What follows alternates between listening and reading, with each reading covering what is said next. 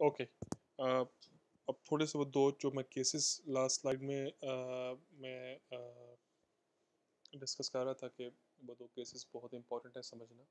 तो उनमें से पहला जो है वो ये स्पेसिफिक एनर्जी की जो है कर्व है, इसके ऊपर से हमने एक केस जो है उसको डिस्कस करना है। बहुत इंटरेस्टिंग है, बहुत ज़्यादा जो है वो अ, मैं क्या कहूँ कि इस ये चीज़ें जो है ना एक्सप्लेन करता है।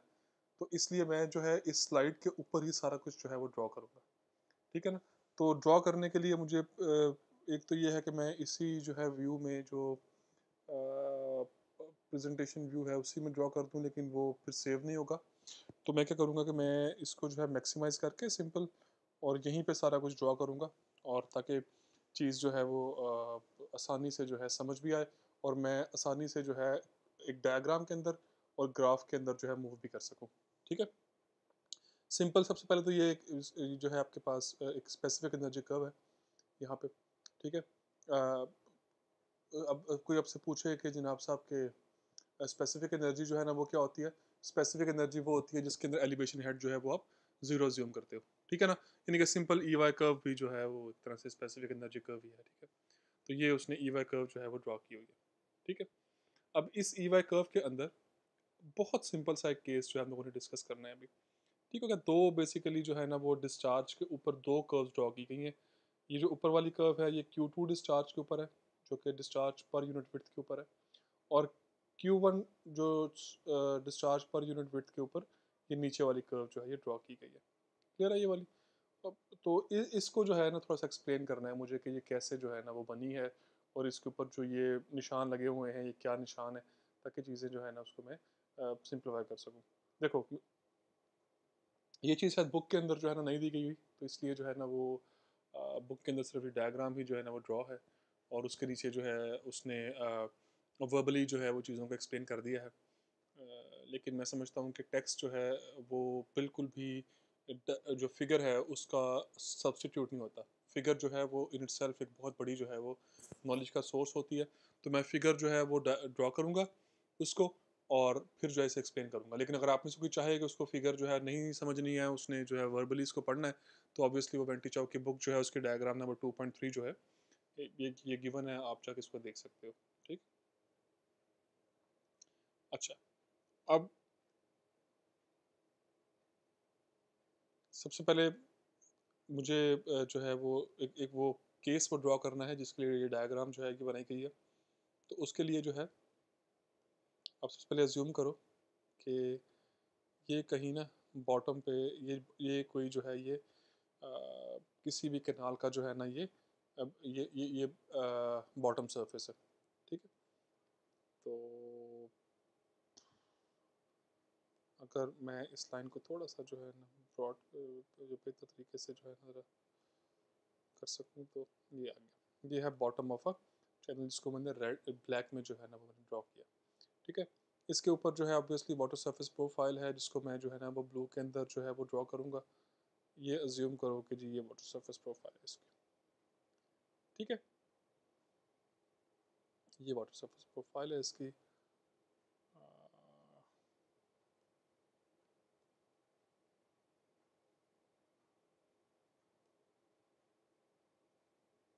ठीक हो गया? अब में से बहुत सारे बच्चे जो है ना सोच रहे होंगे कि जी मैंने ये जो है ना ये इसको कंटिन्यूस क्यों नहीं रखा, और इसको जो है मैंने बाय पार्ट्स क्यों जो है ना प्रोफाइल को मैंने बना दिया हुआ है। तो ये थोड़ी इसका मैंने ऑन पर्पस जो है बनाया, लेकिन सिंपल है। ये समझने वाली जो चीज़ है वो यही वाली है कि एक जो है ना बॉटम है, और बॉटम के ऊपर जो है ना वो पानी जो है वो फ्लो कर रहा है। सिंपल ये है। ठीक है ना? अब इस बॉटम में जो है ना एक छोटी सी हम जो है ना वो चेंज लेकर आएंगे। वो चेंज क्या है कि सपोज करो कि जी आपके बॉटम के ऊपर जो है ना आपने एक रेक्टेंगुलर सा एक हम्प है वो बना दिया हुआ। ठीक है?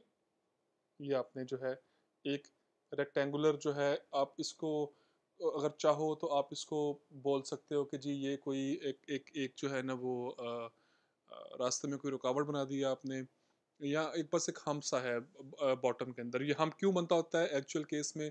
इसलिए बनता होता है कि बिलफर्स कोई कैनाल है या कोई वाटर की बॉडी है जो शहर में से गुजर रही है, और अब आपने उस कैनाल के नीचे से जो है ना कोई तार वगैरह बिजली की गुजरवानी है, या आपने कोई और चीज़ जो है टेलीकम्युनिकेशन की कोई वायर है वो गुजरवानी है, तो ज़ाहिर बात है कि फिर आपको उसके बॉटम के ऊपर थोड़ी सी कंस्ट्रक्शन जो है ना करनी पड़ेगी, और ये बेसिकली वही कंस्ट्रक्शन है। ठीक है, कोई ऐसी वायर गुजरवा रहे हो जिसको आपने पानी से बचाना है, तो आपको ऐसा कोई कंस्ट्रक्शन जो है करनी पड़ेगी, तो ये कोई वैसी ही कंस्ट्रक्शन है। ठीक है, शहरों के अंदर कहीं कभी कई दफ़ा ऐसे, लाहौर शहर है ना, लाहौर जो है ये एक किनाल के जो है वो अराउंड जो है वो बसा बसा हुआ शहर है। एक किनाल के एक तरफ जो है एक हिस्सा है लाहौर का, और किनाल के दूसरी तरफ जो है वो दूसरा हिस्सा है लाहौर का। तो अगर आपने जो है ना एक हिस्से से दूसरे हिस्से में तार लेके जानी है, वायर की बिजली की तार लेके जानी है, या वैसे कोई जो है ना टेलीकम्युनिकेशन की वायर लेके जानी है, या केबल वायर लेके जानी है, तो फिर जो है क्या करना पड़ेगा आपको, किनाल के बॉटम से जो है ना वो कुछ चीज़ जो है गुजारनी पड़ेगी वायर, तो आपको ये कंस्ट्रक्शन जो है करनी पड़ेगी। बिकॉज किसी भी किस्म की वायर हो, आप चाहते हो कि उसको पानी जो है ना वो ना उसको उसको उसको वो टच हो। रीज़न बीइंग कि अगर पानी जो है वायर को लगेगा, तो और तरह के मसाइल बनेंगे, पानी के अंदर करंट आ सकता है, या कुछ और जो है ना हो सकता है। तो अब बेहतर बेहतर ये होता है आपके लिए कि आप चाहते ये हो कि बॉटम से ऐसा जो है ना गुजरवाएं कि वायर को जो है पानी जो है ना लगे। तो आप बेसिकली जो है ना वायर के ऊपर कोई ऐसी चीज़ जो है वो कंस्ट्रक्ट कर देते हो। ठीक है, तो ये बोलो कि एक तरह से जो है ना कोई ब्लॉक है कंक्रीट का जो आपने बॉटम में बनाया हुआ है, ताकि वायर जो है वो सुकून से बॉटम से जो है ना वो गुजर जाए। ठीक है, ओके। अब जाहिर बात है कि जब ये बनेगा ना, क्या कहते हैं उसको, एक हमसा बनेगा, तो मैं थोड़ा सा जो है, अगर आप मुझे अलाउ करो,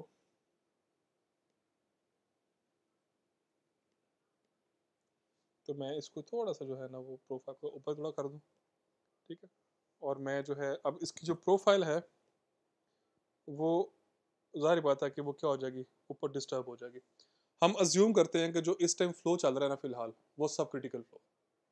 ठीक है ना, जो पीछे फ्लो आ रहा है ना, ये बोला इस कैनाल के अंदर, वो कौन सा फ्लो है, वो सब क्रिटिकल फ्लो है। ये हमारी पहली अजम्पशन है इस पूरी डायग्राम के अंदर, कि फ्लो कौन सा है, फ्लो है सब क्रिटिकल। तो जब इस सब क्रिटिकल फ्लो होगा, हम अगले लेक्चर में इस बात को एक्सप्लेन, पूरे का पूरा एक्सप्लेन करेंगे कि जब भी सब क्रिटिकल फ्लो होगा, तो वाटर सरफेस प्रोफाइल जो है वो थोड़ी सी नीचे हो जाएगी। ठीक है ना, और वो कुछ ऐसे बन जाएगी।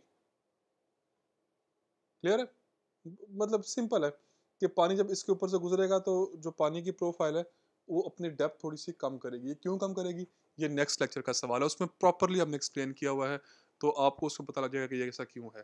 ठीक है, आपने पहला चीज़ क्या इस डायग्राम के लिए ज्यूम की कि जो फ्लो था वो क्या था, वो था सब क्रिटिकल। ठीक है ना, अजम्पशन पहली चीज़ ये थी, वो क्या थी कि जी जो फ्लो है इज सब क्रिटिकल। ये हमारी पहली अजम्पशन थी इस डायग्राम के ऊपर।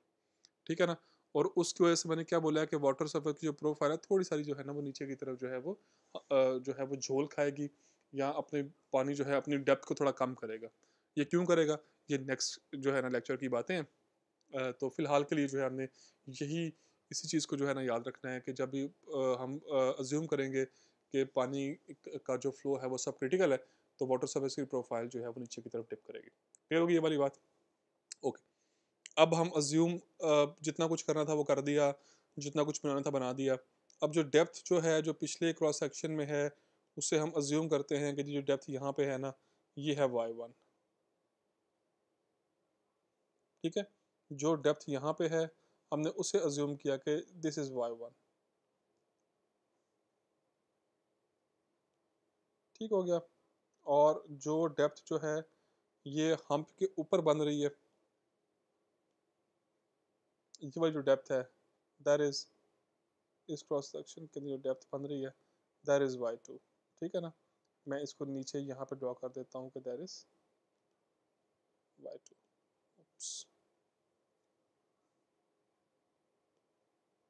y2।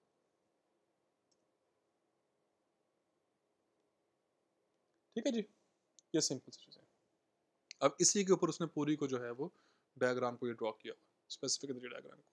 अब देखो, ये क्रॉस सेक्शन जो था ना, वन क्रॉस सेक्शन है, ये क्रॉस सेक्शन टू है, तभी यहाँ पर डेप्थ हमने y2 सपोज की हुई है, ये जो क्रॉस सेक्शन के ऊपर डेप्थ है ये y1 सपोज की हुई है।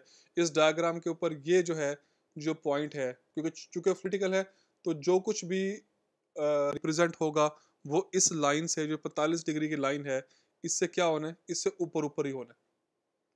समझ रहे हो बात को, कि जो कुछ भी है वो ये जो सॉरी, ये 45 डिग्री की लाइन नहीं है ये वाली, ये तो वो लाइन है जिसके ऊपर क्रिटिकल एनर्जी पॉइंट आते हैं। जहाँ पे फ्लूइड नंबर की वैल्यू 1 होती है, ठीक है। 45 डिग्री की लाइन जो है ये वाली ऊपर वाली लाइन है, ठीक है।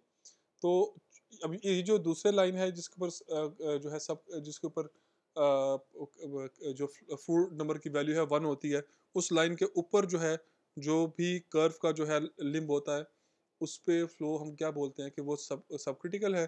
और जो भी इस लाइन से नीचे का जो है ना सेक्शन है, जो भी इस कर्व का हिस्सा है उस पे फ्लो क्या है, उस पे फ्लो जो है वो सुपर क्रिटिकल है। तो चूंकि हम जूम कर चुके हैं कि जो फ्लो सब क्रिटिकल है, तो वो इस लाइन से ऊपर वाले हिस्से में आना है। तो हमने सपोज किया कि ये वाला जो पॉइंट है ये 1 वाला ये यहाँ पे है, ठीक है। तो इसकी डेप्थ जो है y1 सपोज की हुई है और एनर्जी इसकी e1 सपोज की हुई है, ठीक है। अच्छा, अब आप आओ क्रॉस सेक्शन 2 पे। अब ज़ाहिर बात है कि आपने नीचे जो है ये हमसा बनाया है, चाहे जैसा भी है, चाहे डेप्थ इंक्रीज़ हुई है, डिक्रीज़ हुई है, चाहे जो कुछ मर्ज़ी हुआ है, आपने पानी के रास्ते में एक रुकावट रखी है। और जब भी आप पानी के रास्ते में एक रुकावट रखोगे तो क्या होगा, उससे एनर्जी जो है ना क्या होगी, वो लॉस करेगा पानी, ठीक है। पानी के रास्ते में आप कोई भी रुकावट रखोगे तो पानी अपनी एनर्जी जो है, फ्लोइंग वाटर जो है वो अपनी एनर्जी को जो है डिसिपेट करेगा या अपनी एनर्जी को जो है वो लूज़ करेगा। क्लियर है? तो उस वजह से अब क्या होना है कि जो पॉइंट नंबर 2 है वो पहले वाली से जो है वो कम वाली पे आ गया। दो उसकी पॉसिबिलिटीज हैं, एक तो डेप्थ कम होगी, देखो y2 की डेप्थ उससे कम है, और दूसरी एनर्जी भी उसकी कम हो गई है। E1 से एनर्जी जो E2 की है वो कम है, यहाँ पे वैल्यू E की ज़्यादा है, यहाँ पे वैल्यू E की जो है ना वो कम है, ठीक है। तो ये जो E2 है ये E1 से कम है, शो भी हो रहा है और हमें पता भी है। क्यों पता है? पता इसलिए है कि जी आपने ये जो हमसा रखा हुआ है, it will always create resistance in the path of flowing water, और वो जो रेजिस्टेंस है that will always decrease the energy of the flowing water, ठीक है ना। और वैसे भी किसी भी चीज़ के रास्ते में रुकावट जो है that is always reduce the energy of that particular phenomena. तो यही फ्लोइंग वाटर का जो फिनोमेना था, इसकी एनर्जी जो है ना आपने कम की है जब 2 पे आया। तो जो 2.2 के ऊपर जो डेप्थ है वो y2 है, और जो उसके अगेंस्ट जो एनर्जी आ रही है वो क्या है, वो E2 है। सिंपल सी चीज़ है, ठीक हो गया। ओके, अच्छा, अब इन्हीं दोनों का जो डिफरेंस है E2 और E1 का, इसको हमने किससे शो करवाया हुआ है? ये हमने शो करवाया हुआ डेल्टा जेड से। डेल्टा जेड जो है वो क्या है, basically that is the change in energy. हम यहाँ पे इसको लिख भी देते हैं कि जो डेल्टा जेड है that is the change in energy. तो इसको हम इक्वेशन की फॉर्म में मैं लिख देता हूँ यहीं पे।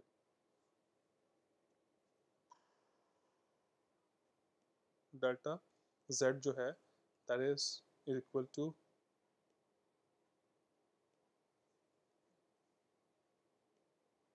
That is equal to that is equal to E1। E1 क्यों आ रहा है पहले? E1 इसलिए आ रहा है कि E1 ज़्यादा है, तो और E2, ठीक है। ये जो डेल्टा जेड है that is the difference between E1 and E2। इसमें कोई इशू वाली बात तो नहीं, ठीक है। जो इशू बनेगा आपका वो क्या बनेगा, वो ये वाला पॉइंट है। क्लियर है बात? बड़ा सिंपल सा ये वाला पॉइंट है। वो क्या है, वो ये कहता है, इस तरह वो अज्यूम कर रहा है कि जी अगर बिल फर्ज आपका जो फ्लो है वो इसके ऊपर जब पानी पास करता है, हम अगले लेक्चर में इसको डिस्कस भी करेंगे, लेकिन वो कहता है कि जी आप जो है ना इसमें अजम्पशन वो ये करवा रहा है आपसे कि जी सपोज़ करो कि पानी की डेप्थ इतनी कम हो जाती है, कि पानी की जो डेप्थ इतनी कम हो जाती है कि पानी सब क्रिटिकल फ्लो के फेज़ में दाखिल हो जाता है।